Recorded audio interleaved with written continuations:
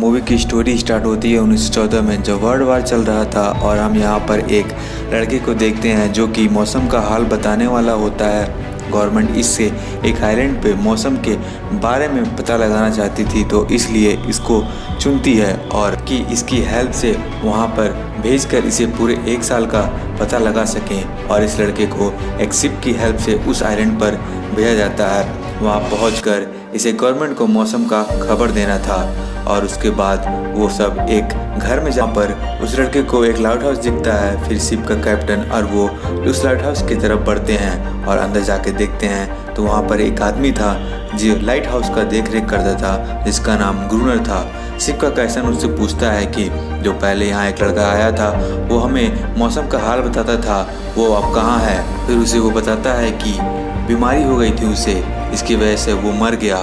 फिर कैप्टन पूछता है उसकी डेड बॉडी कहाँ है, तो उसके बाद वो बोलता है कि बीमारी की हालत में वो बाहर गया था, फिर वो वापस दोबारा कभी नहीं आया। फिर कैप्टन उसे समझाने लगता है और उससे जाने से पहले उसे गन देता और बोलता है कि इस आइलैंड पर बहुत ज़्यादा खतरा है और तुम अपना ख्याल रखना। उसके बाद वो घर में वापस चला जाता है और वहाँ पर उसे पिछले मौसम की जानकारी देने वाले लड़के की डायरी मिलती है। उस डायरी में लाइट हाउस के स्केचेस बने होते हैं और अलग अलग डिज़ाइन बना होता है। उसके बाद वो सो जाता है और फिर नेक्स्ट मॉर्निंग अपने काम पर निकल जाता है। उसी रात वो लड़का बैठा ही होता है, तभी उसे महसूस होता है कि दरवाजे पे कोई। जब वो दरवाजे के पास जाकर देखता है तो कोई दरवाजे के नीचे से अपना हाथ अंदर बाहर कर रहा होता है और उसे किसी जानवर का हाथ लग रहा था। ये देखकर वो बहुत ही ज़्यादा डर जाता है और बेसमेंट में चला जाता है और उसके बाद पूरी रात वो बेसमेंट में ही सोता है। फिर जब नेक्स्ट मॉर्निंग में उठता है उसके बाद उसे बहुत अजीबो-गरीबो फुटप्रिंट दिखाई देते हैं जो कि उसके घर से जाते हुए समुद्र की तरफ जा रहे होते हैं, लेकिन उसे कुछ समझ में नहीं आता है। इसलिए वो लाइट हाउस के पास जाता है और आदमी से मिलने, लेकिन वो आदमी दरवाज़ा नहीं खोलता है, मतलब ग्रूनर। लेकिन ऊपर से बोलता है कि तुम्हें उनके लोगों के साथ वापस चला जाना चाहिए था और उसे डर था कि जो जानवर कल रात आया था वो दोबारा से आ जा सकते हैं। इसलिए वो अपने घर के पास एक लकड़ी की बाउंड्री बना लेता है और उस घर में उसे एक राइफल और गन भी मिलने लगती हैं। इसकी वजह से थोड़ा उसे हौसला मिलता है। जैसे ही रात होती है वो जानवर दोबारा उस पर हमला कर देते हैं और इसके बाद उन पर फायरिंग करने लगता है। इसलिए वो अपने घर को बाउंड्री पर लगे लकड़ी को आग लगा कि वो सब वहाँ से भाग जाएं, लेकिन इस वजह से उसका घर के दरवाजे भी आग लगा लेती हैं और वो डर जाता है कि कहीं उसका पूरा घर जल न जाए। इसलिए वो उस घर से बाहर निकल आता है। उस आग की वजह से सभी जानवर वहाँ से भाग चुके होते हैं। घर पूरी तरीके से जल रहा था। ये सब वो पत्थर के पास बैठकर देख रहा था। सुबह होती है और तभी एक अजीब सी चीज़ उसके पास आती है जिससे वो बहुत ही ज़्यादा डर जाता है और समझ नहीं पाता है। इससे उसे लगता है कि उसे मारना चाहते हैं। इसके वजह से वो उस पर गन पॉइंट कर देता है, लेकिन तभी वहाँ लाइट हाउस का वो आदमी मतलब ग्रूनर आ जाता है और उसे ऐसे करने से मना करता है और उसे कहता है ये तुम्हें चोट नहीं पहुंचाएगी। फिर वो उसे अपने पास बुलाता है, उससे बोलता है कि तुम मेरे साथ लाइट हाउस में रह सकते हो, क्योंकि उस लड़के के पास ढेर सारा खाने का सामान और बहुत सारे यूज सामान थे, इसलिए उसे साथ रहने के लिए राजी कर देता है। उसके बाद वो क्रीचर भी उसके साथ थी। फिर वो आदमी से बताता है कि एक बार इसने मुझ पर हमला करने की कोशिश की थी, लेकिन मैंने अब उसी तरीके से इसे ट्रेन कर दिया है और यह बिल्कुल एक पालतू बन गई है, मतलब एक पेट की तरह हमारे यहाँ पे हमारे साथ रहती है। फिर वो लड़का उससे बोलता है कि तुम चाहते तो हमारे शिप के साथ वापस चले जा सकते थे, लेकिन तुमने ऐसा नहीं किया, हालांकि ये सब तुम्हें पहले से ही पता था सब कुछ। इसलिए वो आदमी बोलता है कि मैं उस दुनिया में नहीं जाना चाहता, मेरे यहाँ पे अपनी खुद की दुनिया है और मुझे यहाँ बहुत अच्छा लगता है और जैसा चाहे वैसा मैं रह सकता हूँ यहाँ पर, जो चाहे वो खा सकता हूँ, जो चाहे वो कर सकता हूँ। वो लड़का बोलता है ठीक है तुम यहीं रहो, लेकिन जैसे कोई शिप आएगा मैं उसे सिग्नल दे दूँगा ताकि मुझे वो अपने साथ ले जाए। फिर वो आदमी उसे बताता है कि यहाँ पर कोई जहाज़ और शिप नहीं आती है और बहुत लंबे समय तक बीत जाती है, लेकिन कोई भी नहीं आता है। आदमी उससे बोलता है कि तुम परेशान मत हो, ये बस रात में ही अटैक करते हैं, दिन में नहीं, तो हमें बस रात में इनसे बच कर रहना है। रात होती है, सारे जानवर लाइट हाउस पर हमला कर देते हैं जिससे वो उन पर फायर करने लगता है, लेकिन वो लड़का शूट नहीं कर पाता है और वहाँ बेहोश हो जाता है और वो आदमी सारी रात उन पर हमला करते रखता है, फायरिंग करने लगता है और मॉर्निंग में उस लड़के को उठाता है और बोलता है कि तुम्हें यहाँ पर रहने के लिए इसलिए नहीं दिया है कि तुम आराम से रहो, तुम्हें यहाँ पर रहना है तो तुम्हें काम करना पड़ेगा। उसे पानी लेने के लिए भेज देता है। और जब वो पानी लेकर आता है तो देखता है कि उस क्रिएचर और आदमी मतलब गुनर के बीच में कुछ चल रहा होता है। ये देखकर वो बहुत ज़्यादा हैरान हो जाती। तीनों खाना खाने लगते हैं और तब रात होती है। तब वो सब क्रिएचर फिर से आने लगते हैं और इस पे दोनों मिलकर शूट करने लगते हैं। और इस बार वो आदमी अंदर आ जाता है और वो लड़का रात भर अकेले ही फायरिंग करता है। रात कोई जानवर नहीं आता है। इस पे वो लड़का बोलता है कि हो सकता है वो हमसे डर चुके हों, हमारे हमले की वजह से वो सारे मर चुके हों, अब नहीं आएंगे डर की वजह से।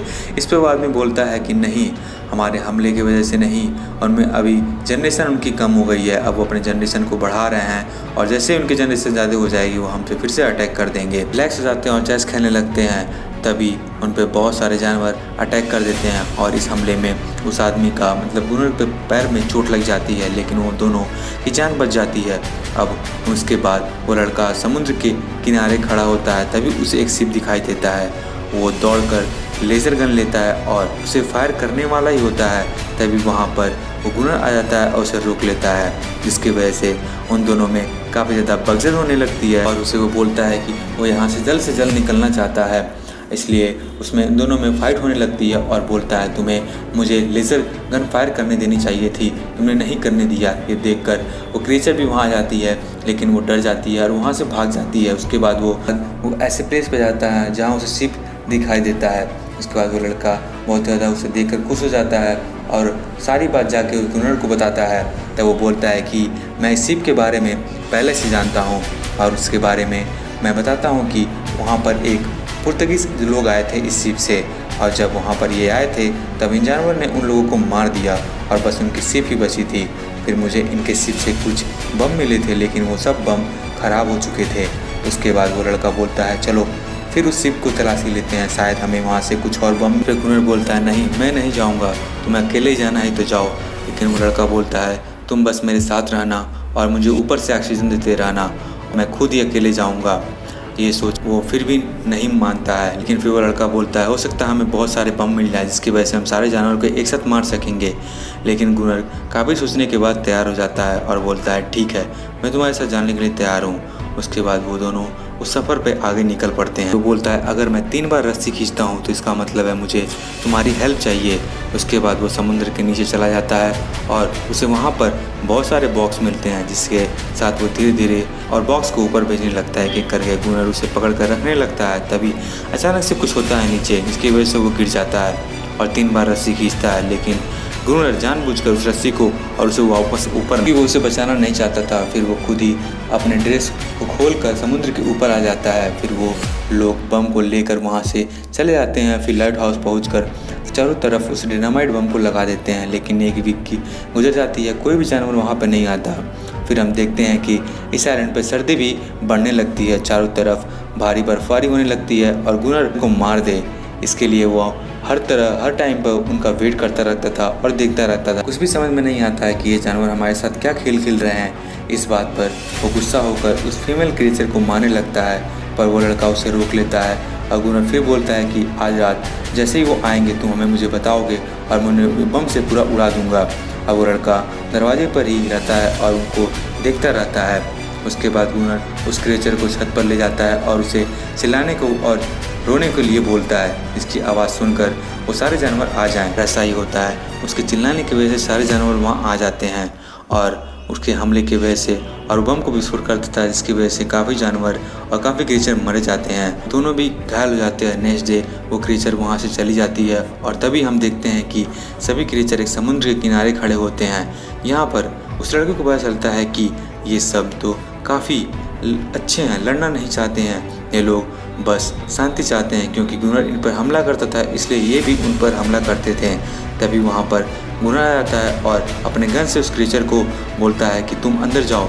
लेकिन वो बहुत ही गुस्सा थी, क्योंकि उसने ही उन सारे उनकी फैमिली को उसने मारा था। वो लड़का चला जाता है और एक बच्चा उसे हड्डी का एक सेब देता है और तभी गुनर उस पर फायर कर देता है और वहाँ पर वो मर जाता है। उसके बाद सभी क्रिएचर वहाँ से भाग जाते हैं और चले जा चुके होते हैं। फिर जब वो लड़का अंदर जाता है तो उसके बीच और गुनर के बीच काफ़ी लड़ाई होती है। गुनर तभी उसे मारने वाला होता है, तभी वो उसका असली नाम लेकर बुलाता है और वो बहुत ज़्यादा अचंभित हो जाता है और डर जाता है कि इससे कैसे पता कि मैं ही वो आदमी हूँ जिसने मुझे भेजा था यहाँ पर पता लगाने के लिए, और वो नहीं चाहता था कि कोई भी जाने, क्योंकि इसकी वजह से अगर किसी को पता चला तो उसे दोबारा यहाँ से ले जा चलेंगे। इसकी वजह से वो लाइट हाउस के बाहर चला जाता है। सारे क्रिएचर उसे मिलकर अटैक कर देते हैं और उसे मार देते हैं। वो बस अकेला ही बच गया था यहाँ पर, और वो लड़का फिर यहाँ पर हमेशा 1 साल से ऊपर हो गए थे और यहाँ पर रह रहा था। तभी वहाँ पर कैप्टन के शिप और लोग आते हैं और एक अलग सा नया लड़का आता है। उसके बाद वो कैप्टन का शिप उससे पूछता है कि वो लड़का कहाँ गया जो मैंने भेजा था यहाँ पर मौसम के हाल की जानकारी देने के लिए। वो लड़का बोलता है कि मुझे नहीं पता। उसके बाद वो वहीं पर रहता है उस क्रिएचर के साथ, और इस मूवी की एंडिंग हो जाती है।